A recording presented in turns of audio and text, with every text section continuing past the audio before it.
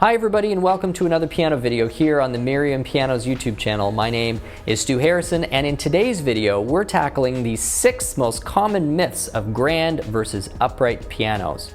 We hear this all the time, and particularly at this time of year, kind of back to school year, where there's a lot of parents out there shopping for instruments and they're really not sure whether an upright or a grand is the right fit. So we're not going to get into any specific brands or models. In this video, we're really trying to help clarify and dispel all of the misconceptions and myths to do with upright pianos versus grand pianos. We hope we hit all of them for you. If it's the first time that you have found us here on the channel, we'd really sincerely appreciate if you hit that subscribe and the notification bell so you can come back and see us time and time again. We love that this community continues to grow and is full of people who are as passionate about pianos as we are. Without further ado, let's dive right into the 6 myths of upright versus grand pianos right away.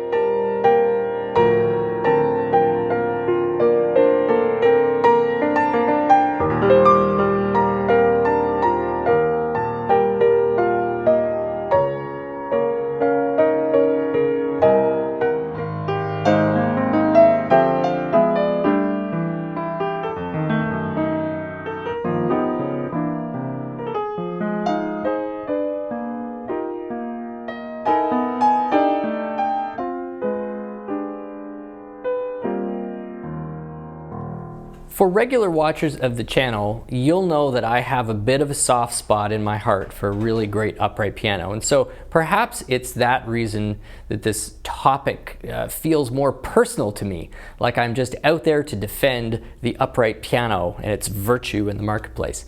But beyond that, I think anyone who is familiar with the piano industry or has been on a shopping trip themselves to find an instrument will agree that there are plenty of biases and myths out there when it comes to comparing grand pianos and upright pianos. So really glad to be able to get to this video. The very first myth that we are going to bust is that grand pianos are always more expensive than upright pianos. This is a big no, but we need some context around it. Upright pianos vary in price, with regular production models reaching up into around the $60,000 or $70,000 range and starting anywhere in and around the $3,000 to $4,000 range. So it's a pretty broad range. There are plenty of grand pianos that fall within that range. In fact, most grand pianos are going to sell between $10,000 to $30,000, with even a really good mid-range European piano still being available in that $60,000 to $70,000 range. So in other words, there's tons of overlap. Now what is true is that the most expensive grand piano is substantially more than the most expensive upright piano. This is for a couple of reasons. There are structural, practical reasons why grand pianos cost more to manufacture than upright pianos. The biggest reason for this price difference is the piano's rim. Now, a grand piano's rim is that round part that starts right in the left corner, wraps all the way around the back of the instrument, ending on the right corner. And in virtually all cases, that is a single sheet or a set of laminated sheets of wood which have been glued and pressed together. There's several different techniques that various manufacturers use, but any way you slice it, that is a different piece of equipment that's needed on the factory floor. It's a different process in the manufacturing process, which definitely lengthens the manufacturing time of a grand piano.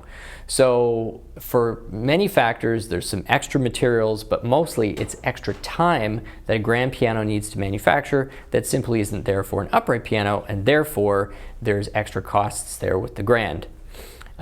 Generally, a good rule of thumb that I've used for guiding customers in this is if you want an equal quality upright to a grand, that meaning a similar level of labor, a similar quality level of materials, and kind of a similar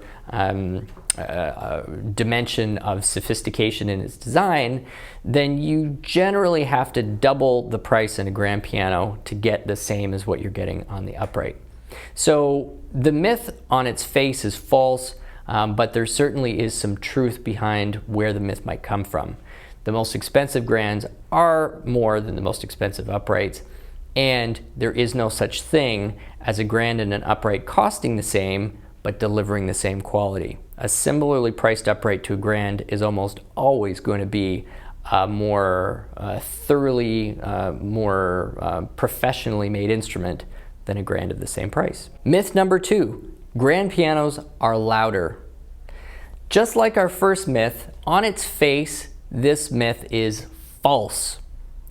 An upright piano with a similar sized soundboard and similar length strings actually produces exactly the same volume as a grand piano of the same dimensions. And so two sizes that would be roughly comparable to this would be if you were looking at a 52-inch upright with approximately a 50 to 51-inch bass string length, and you were comparing that to say a 5'8" to a 5'10" grand piano. That's going to give you approximately a similar soundboard size as well as string length. We actually did an experiment in advance of this video because I actually wasn't sure where it was going to land, although I knew it would be close. And we could not get 1 more decibel of sound out of the grand piano than we were able to get out of the upright piano. And as you can see on the screen, the upright we used was a C Bechstein 50-inch piano compared to a Shigeru Kawai SK3. So at the source, both instruments are capable of producing the same level of sound. Now here's where this requires a little more explanation. So the first issue is one of tradition, which is that upright pianos are usually contained within wood panels, meaning there's a box built around the harp, soundboard, all of the parts of the instrument that actually generate tone. And so that box absorbs a percentage of that sound. And so simply because that's the norm, a front of an instrument like this would typically be blocking a lot of the tone. Whereas I'm assuming either for aesthetic reasons or reasons of tradition, most grand pianos, when they're being performed, have the lid up. People expect to see the lid up. People consider that to be pretty, whereas perhaps this might be considered a little industrial looking. And so the sound is able to get out. So that is going to cause the grand piano to project more sound, not necessarily to generate more sound, but certainly to project more sound. The second reason is that a grand piano has its harp suspended in the air something like 2.5 feet off the ground, which means that there is an equal amount of sound coming off of the bottom of the soundboard as is escaping through the top. So when the lid is open, you have the grand piano shooting tone in 2 directions, up and down, not just in the case of an upright piano where it's boxed in, back towards the wall. And the final reason why most people contend that a grand piano is louder than an upright piano is that because there are certain sizes of grand pianos that don't have upright piano equivalents. So when you talk about a concert grand piano, that one being 9 feet, there are certain concert instruments that actually extend beyond 9 feet, or even a semi-concert grand at 7 feet, there simply are no production upright piano models that can be purchased at a typical piano store that have soundboard areas of that size or string lengths of that size. So you get into a zone where there just isn't a comparable upright to really put up a fair fight. But just like price, there's a huge range in which there's a lot of overlap in string length and soundboard size, and when you get right down to it, the guts are capable of producing just as much sound as the other. Myth number 3, grand pianos are for advanced players, upright pianos are for beginners. Now, I would say so far of the 3 myths, this one is closest to the truth, although just like the other 2, there are plenty of instances where it's simply not accurate. This is why at a certain level of advancement as a piano player, a grand piano is probably where you're going to want to be if you are preparing for performance, if you're performing, or if you're recording.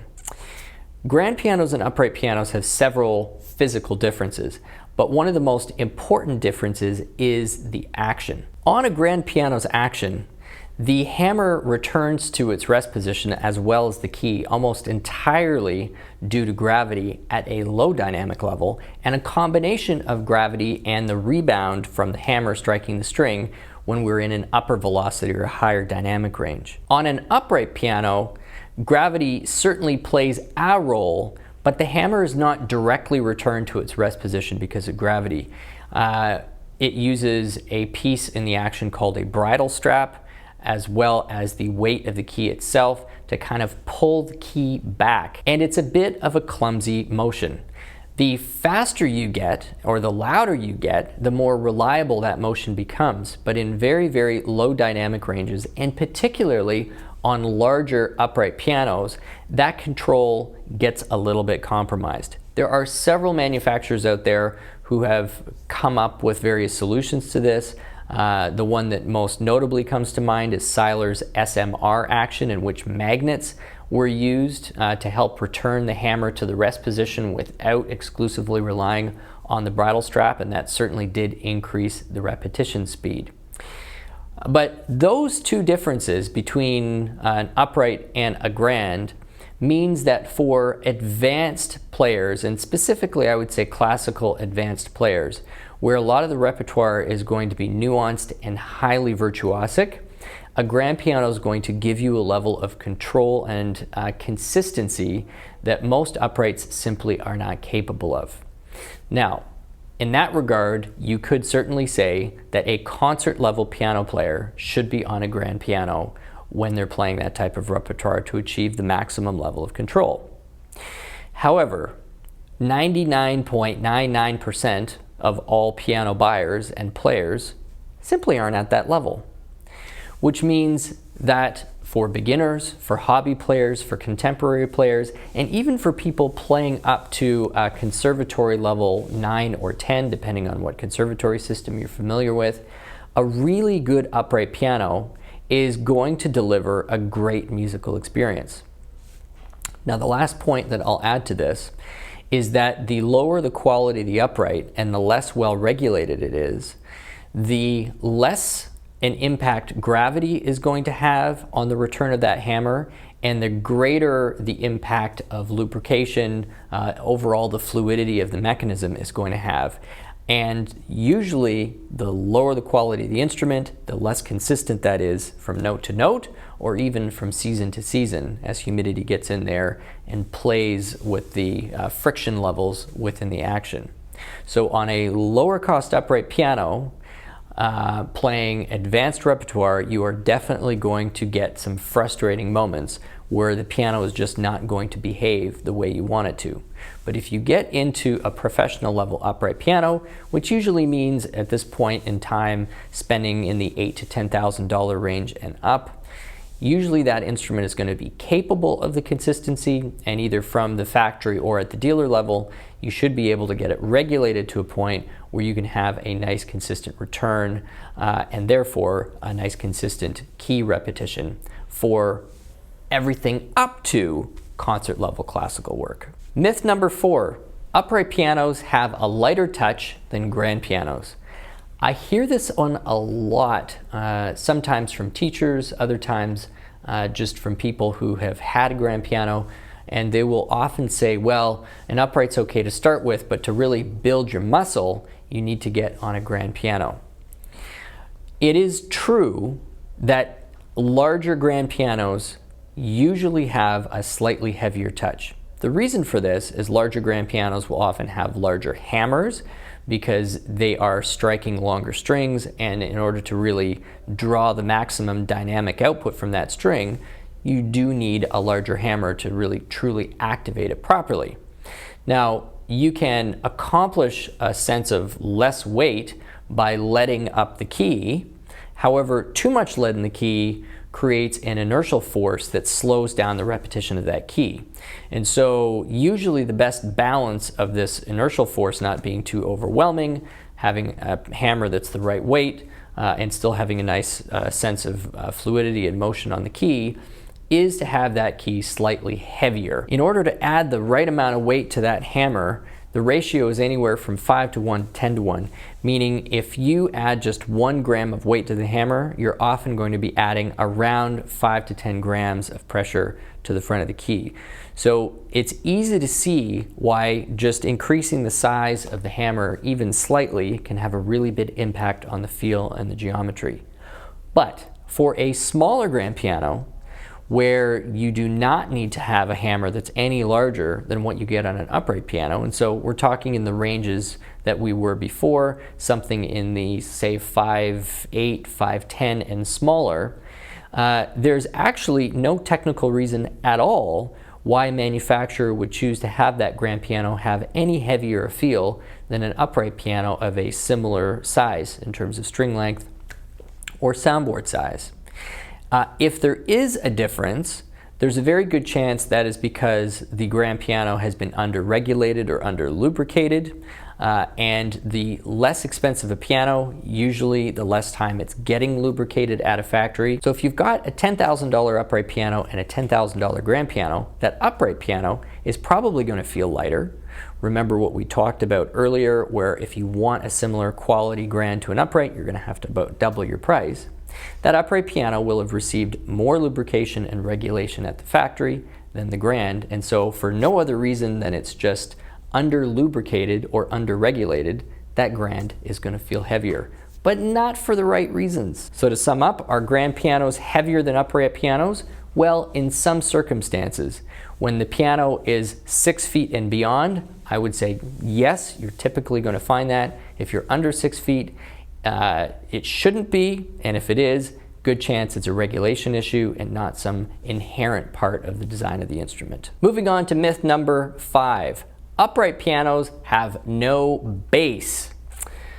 This is also really super false and relates largely to the very first myth about grand pianos being louder versus upright pianos being softer.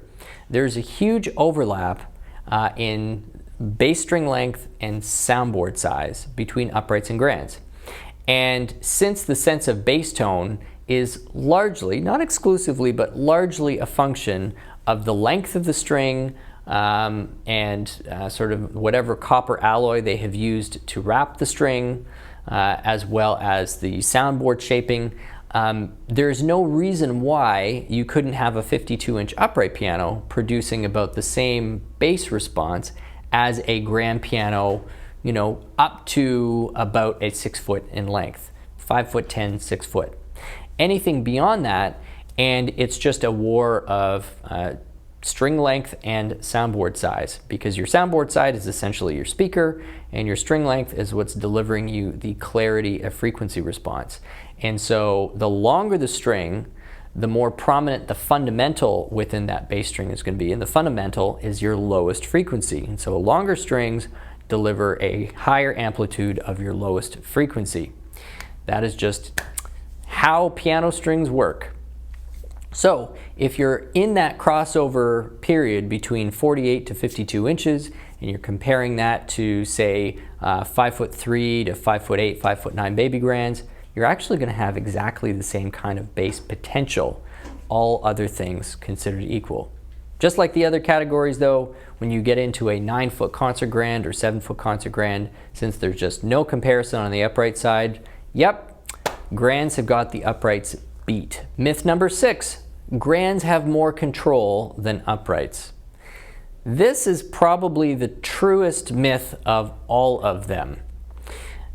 Relating back to the technical differences we were talking about with their actions, grand pianos, all other things considered equal, if we're in the same kind of quality range, same kind of budget range, grand pianos are definitely going to have a higher degree of control than uprights.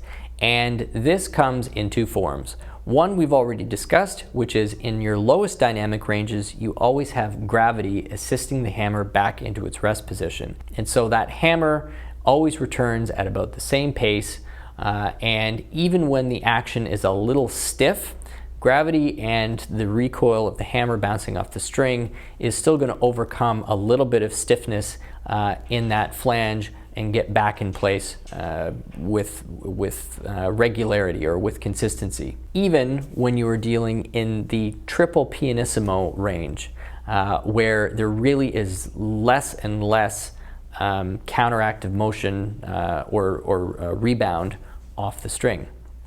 The second reason is that grand piano key sticks are longer.